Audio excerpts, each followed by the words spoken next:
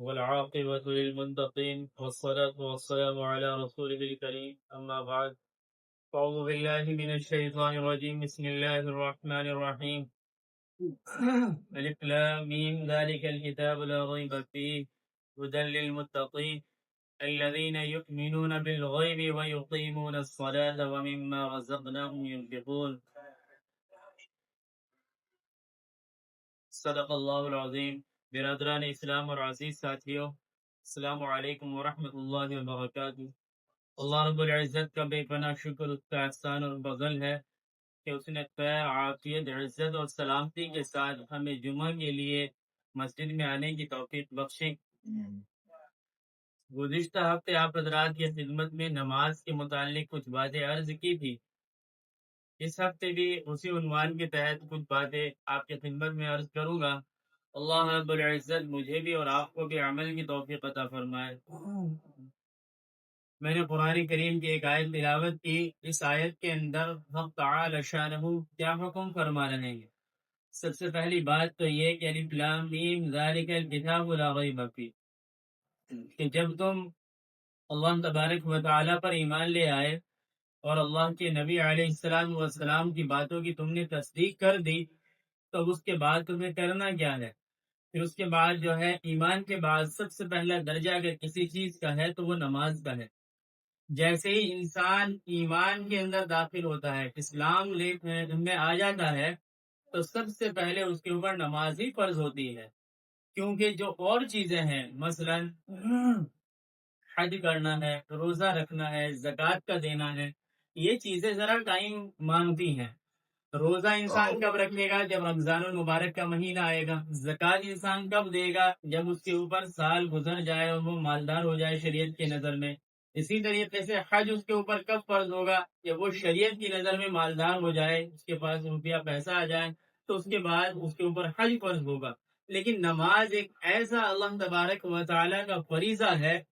کہ یہ جیسے ہی انسان ایمان لے کر آیا، جیسے ہی انسان مسلمان ہوا، تو فوراً کچھ ہی وقت کے بعد یا جس وقت میں وہ اس نے کلمہ توحید اپنی زبان سے ادا کیا ہے، اسی وقت کی نماز اس کے اوپر فرض ہو جاتی ہے۔ اور نماز کی اہمیت کے لیے اتنی ہی بات کافی ہے کہ اللہ تبارک و تعالیٰ نے اپنے جتنے بھی حکم اپنے پیارے نبی علیہ السلام کے اوپر نازل فرمائے ہیں، وہ سارے کے سارے دنیا کے اندر زمین میں جبرائیل علیہ السلام کو زمین پر بھیجتے اور اللہ کے نبی علیہ السلام تک اپنے پیغامات کو پہنچا دیا کرتے تھے۔ لیکن نماز ایک ایسی عبادت ہے کہ حق تعالی شانہ نے اس نماز کو اپنے پاس بلا کر پھر یہ تحفہ دیا ہے اپنے نبی کو، کہ اللہ کے نبی علیہ السلام کو آسمان پر بلایا، معراج ہوئی، اور پھر یہ اپنے نبی کو بطور تحفہ پیش کیا ہے، بطور تحفہ دیا ہے، کہ جیسے گفٹ دیتا ہے آدمی جب کوئی کسی کے پاس جاتا ہے، تو یہ عبادت ہمیں گفٹ میں ملی ہے اللہ کی طرف سے۔ یہی بات اس نماز جیسی عبادت کے لیے سب سے بڑی فضیلت والی بات ہے کہ اللہ تبارک و تعالیٰ نے خود اپنے پاس بلایا اپنے حبیب کو، اور پھر نمازوں کا یہ جو ایک طریقہ، یہ عبادت کا ذریعہ جو دیا ہے، اور پھر اللہ سے مانگنے کا یہ بھی ایک بہت بڑا ذریعہ ہے، اللہ کا قرب حاصل کرنے کا ذریعہ ہے، اللہ تبارک و تعالیٰ سے اپنی باتیں منوانے کا ذریعہ ہے نمازوں کے ذریعے۔ تو یہ ساری چیزیں نماز کے لیے اس کی فضیلت کو بیان کرتی ہے۔ خود اللہ تبارک و تعالیٰ نے قرآن کریم کے اندر بھی بہت سی جگہ یہ حکم سب سے زیادہ مرتبہ اگر کہہ دیا جائے، بہت آیتیں ہیں قرآن کریم کی، بہت ساری آیتیں جس میں اللہ نے نماز کو بیان کیا ہے، نماز اور زکوٰۃ کو بہت سی آیتوں میں بیان کیا ہے کہ نماز پڑھو، زکوٰۃ دو، نماز پڑھو۔ اور اتنا ہی نہیں، اللہ کے نبی اللہ تبارک و تعالیٰ نے یہ جو قرآن کریم کی سب سے پہلی آیت ہے الف لام میم ذالک الکتاب لا ریب فیہ، سب سے پہلے تو یہ حکم دیا کہ تمہیں اس کتاب کے اندر ذرہ برابر شک کی کوئی گنجائش باقی نہیں رہتی، کہ تمہیں کوئی شک نہیں کرنا۔ یہ بالکل 100% اللہ تبارک و تعالیٰ کی طرف سے عطا کردہ کتاب ہے، جس کے زبر زیر پیش کے اندر بھی ذرہ برابر کوئی شک کی گنجائش باقی نہیں رہتی۔ اگر کسی انسان کے دل کے اندر یہ شک اور شبہ پیدا ہو جائے تو اس کا ایمان بھی جاتا رہتا ہے۔ اگر آدمی کتاب اللہ کے متعلق شک کرتا ہے اپنے دل کے اندر، تو سب سے پہلے اسی چیز کو بیان کیا لا ریب فیہ، کہ اس کے اندر کوئی شک کی گنجائش نہیں۔ ہدی للمتقین، اور یہ کتاب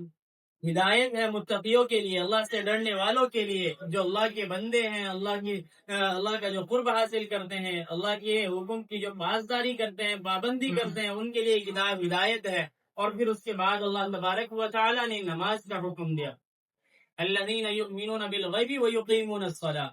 کہ وہ لوگ جو ایمان لاتے ہیں غیب کی باتوں پر، ان باتوں پر جو قرآن کے ذریعے اور اللہ کے نبی کی زبان مبارک کے ذریعے لوگوں تک پہنچی ہے، لوگ ان باتوں پر ایمان لاتے ہیں اور پھر وہ نماز قائم کرتے ہیں۔ یہ سارے اوصاف بیان کیے کہ نماز اتنی اہم چیز ہے۔ اور پھر اس کے بعد اللہ تبارک و تعالیٰ نے اور بھی جگہ نماز کے متعلق حکم دیا کہ وَأْمُرْ أَهْلَكَ بِالصَّلَاةِ، کہ ایسا نہیں کہ تم نماز صرف اپنے آپ پڑھتے رہو کہ میں نماز پڑھتا ہوں تو کافی ہے، یہ نہیں، بلکہ اپنے گھر والوں کو بھی نماز کا حکم دو۔ انسان کو یہ دیکھنا چاہیے کہ میرے گھر کے اندر کون نماز نہیں پڑھتا۔ آج ہم باہر والوں کی فکر کرتے ہیں، بلکہ اس سے بڑھ کر یہ بات کہی جانی چاہیے کہ اپنے گھر والوں کی پہلے انسان کو فکر کرنی چاہیے، باہر والوں کی تو بعد میں۔ اس کی مثال کیسے کہ اگر انسان کے خود کے گھر کے اندر کوئی حادثہ پیش آ جائے اور وہی حادثہ برابر کے لوگوں کے ساتھ بھی پیش آ جائے تو انسان سب سے پہلے اپنے گھر والوں کو بچائے گا یا پڑوس والوں کو بچائے گا؟ آپ خود اس کا فیصلہ کریں کہ انسان سب سے پہلے اپنے گھر والوں کو بچانے کی فکر کرے گا کہ کسی طریقے سے میرے گھر والے، میرے ماں باپ، میری بیوی، میرے بچے بچ جائیں اس حادثے سے، پھر اس کے بعد وہ پڑوس کی طرف جائے گے۔ تو اس لیے وَأْمُرْ أَهْلَكَ بِالصَّلَاةِ، کہ تم اپنی، یعنی کہ اپنے نماز پڑھ لی تو کافی ہو گیا، اپنے گھر والوں کی بھی فکر کرو، اپنے والدین کی، اپنی بیوی کی، اپنے بچوں کی، اور جو تمہارے اہل خانہ ہیں، اگر جوائنٹ فیملی ہے تو ان تمام کی فکر آپ کو کرنی ہے۔ یہ قرآن کریم کے اندر، اور اسی آیت میں اللہ نے آگے ارشاد بھی فرمایا لا نسألک رزقا، کہ ہم یہ نہیں کہ تم سے صرف رزق کے لیے دنیا کے اندر بھیج دیا کہ صبح سے شام تک رزق کی کوشش کر رہے ہو، کہ روزی کمانے پر لگے ہوئے ہو، صبح اٹھے تو روزی کی دھن، رات کو جب سو رہے ہو بستر پہ جا رہے ہو تب بھی روزی کی دھن ہے کہ کل کو کس سے بات کرنی ہے، کل کو کس کے پاس اپنا مال فروخت کرنا ہے، کل کو کیسی تجارت کرنی ہے، کل کو کیا ترتیب بنانی ہے کام کی، کیا لائن بننی ہے کام کی۔ اسی دھن کے اندر انسان کی رات ہوتی ہے جب وہ بستر پہ جاتا ہے، اور جب صبح اٹھتا ہے تو پھر یہی ساری سوچ اس کے ذہن اور دماغ کے اندر چل رہی ہوتی ہے۔ تو گویا کہ ہماری پوری محنت کہاں ہو رہی ہے؟ دنیا کے اوپر ہماری محنت ہو رہی ہے، جبکہ اللہ فرما رہے ہیں کہ رزق تو میں تمہیں دوں گا، اور اتنا رزق تمہیں مل کر رہے گا جتنا میں نے تمہاری تقدیر کے اندر لکھ دیا ہے۔ کوئی تم سے تمہارا رزق چھین نہیں سکتا۔ جیسے انسان کی موت کا وقت متعین ہے کہ جب اس کی موت کا وقت آ جائے گا تو پھر وہ ایک سانس بھی زیادہ نہیں لے سکتا، اسی طریقے سے رزق بھی متعین ہے کہ جتنا رزق اللہ نے ہماری تقدیر میں لکھ دیا، کوئی آدمی اگر یہ چاہے میں اسے دھوکہ دے کر اپنا رزق بڑھا دوں یا اس کا رزق کم کر دوں، یہ ہو نہیں سکتا۔ اللہ نے جتنا رزق لکھ دیا وہ اسے مل کر رہے گا، چاہے کیسے ہی ملے۔ بعض دفعہ ایسا ہوتا ہے کہ انسان بڑی محنت کرتا ہے لیکن پھر بھی اس کو لاس ہو جاتا ہے، نقصان ہو جاتا ہے، یا اتنا اس کو نفع نہیں ہو پاتا جتنا وہ سوچتا ہے کہ میں نے اتنی محنت کی اور آج اتنا ہوگا۔ بعض دفعہ ایسا ہوتا ہے کہ انسان کچھ بھی محنت نہیں کرتا بلکہ وہ جاتا بھی نہیں، لیکن تب بھی اسے بہت زیادہ نفع ہو جاتا ہے۔ تو یہ کیوں ہے؟ یہ وہی تو ہے جو اللہ نے لکھ دیا تمہاری تقدیر کے اندر، وہ ضرور مل کے رہتا ہے۔ تو اس لیے رزق کے ملنے میں انسان کی اپنی طاقت، اس کی صلاحیت، اس کی عقل مندی کو کوئی دخل نہیں ہے، یہ تو اللہ کی طرف سے عطا کرتا ہے۔ تو اس لیے فرمایا کہ رزق کے پیچھے نہ بھاگو، رزق میں تمہیں دے کر رہوں گا، بلکہ تمہیں نماز کی فکر کرنی ہے، تمہیں اپنی بھی فکر کرنی ہے، اپنے اہل خانہ کی بھی فکر کرنی ہے۔ جب تم نمازی بن جاؤ گے تو پھر تمہارے سارے مسئلے اللہ کی طرف سے آسان ہو جائیں گے، بلکہ مسئلے کا حل ہو جائے گا نماز کے ذریعے۔ اس لیے نماز کو پابندی کے ساتھ پکڑنا ہے۔ اور ان الصلاۃ تنہی عن الفحشاء والمنکر، یہ تمہیں بے حیائی، بری باتوں سے بھی روکتی ہے۔ نماز جو ہے انسان کو غلط کاموں سے روکتی ہے۔ جب انسان کے دل کے اندر نماز کا شوق پیدا ہو جاتا ہے تو بہت سارے گناہ اس سے خود بخود چھوٹ جاتے ہیں، ایسے گناہ چھوٹ جاتے ہیں جو اس سے چھوٹتے نہیں، یہ نماز کی برکت ہوتی ہے۔ اور یہاں ایک بات یہ بھی عرض کروں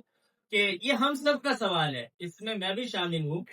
کہ ہم سب یہ کہتے ہیں کہ جی نماز تو ہم پڑھتے ہیں لیکن نماز کے اندر ہماری طبیعت نہیں لگتی، نماز کے اندر دھیان نہیں لگتا، یہ ایسا کیوں ہوتا ہے؟ اس کا جواب بہت ہی عمدہ جواب دیا حضرت نے، حضرت مولانا نعمانی صاحب نے، سجاد نعمانی، اللہ ان کی عمر میں برکت عطا فرمائے صحت و عافیت کے ساتھ۔ انہوں نے ان کا بڑا پیارا جواب دیا ہے۔ وہ یہ کہتے ہیں کہ دیکھو اس کا جواب یہ ہے کہ جب تم اپنے مشغلوں سے نکل کر مسجد تک آتے ہو، بلکہ یہ فرما رہے حضرت تو کہ حال ہمارا یہ ہے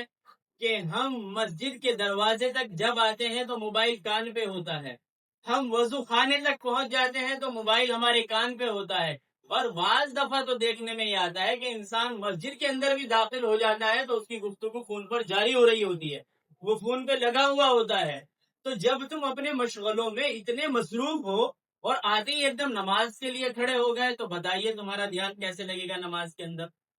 تمہارا پورا مائنڈ تو وہیں چل رہا ہے اسی مشغلے کے اندر جس مشغلے کو تم چھوڑ کر آئے ہو،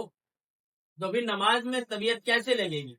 اگر نماز کے اندر طبیعت لگوانی ہے تمہیں تو پھر اس بات پر عمل کرنا ہوگا جو حضرت نے بیان فرمائی کہ تھوڑی دیر پہلے آؤ، کچھ اللہ کا ذکر کرو، قرآن کریم کی تلاوت کرو، دعا کرو اللہ سے کہ اللہ تبارک و تعالی میری نماز کے اندر خشوع پیدا فرما دے، خضوع پیدا فرما دے، میری نماز کے اندر میری طبیعت لگ جائے، میری نماز کے اندر ادھر ادھر کے خیالات نہ آئے۔ تو جب انسان یہ دعا کرے گا اور تھوڑی دیر ذکر کرے گا، اللہ اللہ کرے گا، تو اس کی ذرا کیفیت بنے گی، طبیعت بنے گی۔ پھر اس کے بعد جب وہ نماز پڑھے گا تو یہ سارے خلجان، یہ سارے غلط خیالات وساوس اس کے دل کے اندر ممکن ہے نہ آئے۔ شروع میں ایسا ہوگا کہ 4 رکعت اگر بندہ پڑھ رہا ہے تو ضروری نہیں کہ چاروں رکعت کے اندر یہی کیفیت ہو جائے اس کی، چاروں رکعت کے اندر نہ صحیح تو کم از کم ایک رکعت تو اسے ایسی مل جائے گی کہ جس میں اس کا اور اللہ کا تعلق جڑ جائے، اس کے دل کے اندر اللہ ہی اللہ ہو اور کچھ نہ ہو۔ اور جب وہ اس پر عمل کرے گا کہ تھوڑی دیر پہلے آئے، ذکر کرے، اللہ سے دعا کرے، جب اس پر معمول کے ساتھ عمل کرے گا تو پھر یہ بات مشکل نہیں کہ چاروں رکعتوں کے اندر اس کی یہ کیفیت ہو جائے کہ پھر اس کے دل کے اندر یہ خیالات وساوس آنے بند ہو جائیں۔ اس پر ایک مثال بھی دی، ایک مراد آباد کے ایک بڑے زبردست عالم اور بزرگ گزرے ہیں، حضرت شاہ فضل الرحمان گنج بخش مراد آبادی، ان کے متعلق کہ ان کی نماز کیسی جامع تھی، ان کی نماز کیسی تھی کہ انہوں نے ایک مرتبہ اپنی کسی خاص شاگرد سے یہ بات کہہ دی کہ جب میں نماز پڑھتا ہوں اور سجدہ کرتا ہوں تو مجھے ایسا محسوس ہوتا ہے کہ میں اپنے رب کے قدموں میں سجدہ کر رہا ہوں۔ اللہ نے یہ کیفیت انہیں عطا فرما دی، لیکن کیسے ملی یہ کیفیت؟ خود فرماتے ہیں کہ یہ کیفیت اور یہ جو نوعیت ہوئی ہے اس میں سال کی محنت ہے، مجاہدہ ہے، اللہ سے مانگنا ہے کہ جب کبھی مجھے پتا چل جاتا کہ کہیں فلاں شخص اس کی نماز بڑی اچھی اور عمدہ ہے تو میں اپنے گھر سے سفر کرتا، میلوں سفر کرتا اور اس شخص کے پاس جاتا، اس کے نماز پڑھنے کے طریقے کو دیکھتا، اس کے انداز کو دیکھتا، پھر اس کے بعد میں اللہ سے یہ دعا کرتا، اے اللہ میں نے اتنا لمبا جو سفر کیا یہ کوئی دنیا کے لیے نہیں کیا، صرف اس لیے کیا کہ مجھے نماز پڑھنی آ جائے، میری نماز کے اندر کیفیت پیدا ہو جائے، کیونکہ یہ 40 سال تک کم سے کم محنت کی، تب جا کے اللہ تبارک و تعالی نے اس مقام تک حضرت کو پہنچایا۔ آج ایمانداری سے بتائیے ہم نماز کے لیے کتنی محنت کرتے ہیں؟ اگر ہم سے یہ پوچھ لیا جائے کہ نماز کے اندر فرائض کتنے ہیں تو ہم میں سے بہت سے لوگ نہیں بتا پائیں گے، نماز کے اندر واجبات کتنے ہیں، یہ جو موٹی چیزیں ہیں یہ ہم نہیں بتا پائیں گے۔ جب ہماری محنت اتنی بھی نہیں نماز کے سیکھنے کے لیے تو پھر خود ہی بتائیے آپ کہ ہماری نمازوں کی یہ کیفیت کیسے ہو جائے گی جو ہم یہ کہتے ہیں کہ جب نماز پڑھتے ہیں تو طبیعت نماز میں نہیں لگتی، تو طبیعت تو خود بخود نماز میں نہیں لگے گی جب ہم نے نماز کے لیے کچھ کیا ہی نہیں، نہ ہم نے نماز کو پڑھنا سیکھا، نہ ہم نے یہ سیکھا کہ کیفیت کیسے پیدا ہوتی ہے۔ یہ ساری چیزیں کب آئیں گی؟ جب ہم اللہ اور اللہ والوں کی صحبت اختیار کریں گے، اللہ کا ذکر کریں گے، اللہ سے توبہ کریں گے، اللہ سے دعائیں مانگیں گے۔ اللہ تبارک و تعالی ہم تمام کو نماز کی اصل حقیقت عطا فرمائے۔ وآخر دعوانا الحمدللہ رب العالمین۔